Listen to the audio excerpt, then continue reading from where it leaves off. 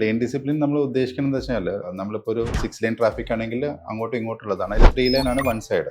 അപ്പോൾ ഇതിൽ ഈ കമേഴ്ഷ്യൽ വെഹിക്കിൾസ്, ട്രക്സ് അങ്ങനത്തെ സാധനങ്ങളൊക്കെയാണ് ഈ സ്ലോ മൂവിങ് ട്രാഫിക് ആയിട്ട് നമ്മൾ കൺസിഡർ ചെയ്യുന്നത്. അപ്പോൾ അവരെപ്പോഴും ലെഫ്റ്റ് സൈഡ് പിടിച്ചിട്ടാണ് പോകേണ്ടത്. അങ്ങനെയാണ് പൊതുവെ ഇത് പറയാറ്. അതേസമയം നമ്മളൊക്കെ ഒരു ആവറേജ് ആയിട്ട് പോകുന്ന ഒരാളാണെങ്കിൽ, 80 to 100 സ്പീഡിൽ മെയിൻറ്റെയിൻ ചെയ്ത് പോകുന്ന ഒരാളാണെങ്കിൽ നമ്മൾ സെൻട്രൽ ലൈന് പിടിക്കുക.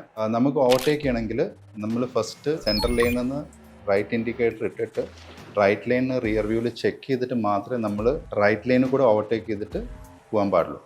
ഒരു സ്പീഡിൽ പോകുന്ന ഒരാളെ സംബന്ധിച്ചിടത്തോളം, ഒരു ഫാസ്റ്റ് കാറൊക്കെ യൂസ് ചെയ്യുന്ന ആളെ സംബന്ധിച്ചിടത്തോളം അയാൾ അധികം റൈറ്റ് ലൈനാണ് യൂസ് ചെയ്യുക.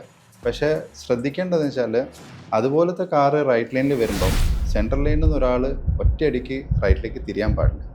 അങ്ങനെ തിരിയുമ്പോഴാണ് ഇപ്പം റീസെൻ്റ്ലി 1-2 ആക്സിഡൻസ് ഒക്കെ ഇപ്പം പല സ്ഥലത്തും നമ്മൾ കണ്ടിട്ടുള്ളതാണ്. അപ്പോൾ ഇത് അശ്രദ്ധ എന്ന് പറയുന്നൊരു സാധനത്തിന് ഇനി ഇവിടെ ഒരു എക്സ്ക്യൂസ് ഇല്ല. You have to be very careful. ഒരു കോംപ്രമൈസും ഇല്ല. ഇതുപോലെ തന്നെയാണ് നമുക്ക് എക്സിറ്റും എൻട്രി മാത്രമേ ഉള്ളൂ. സോ വൺ സൈഡ് എക്സിറ്റ് ആണ്, അതർ സൈഡ് എൻട്രി ആണ്.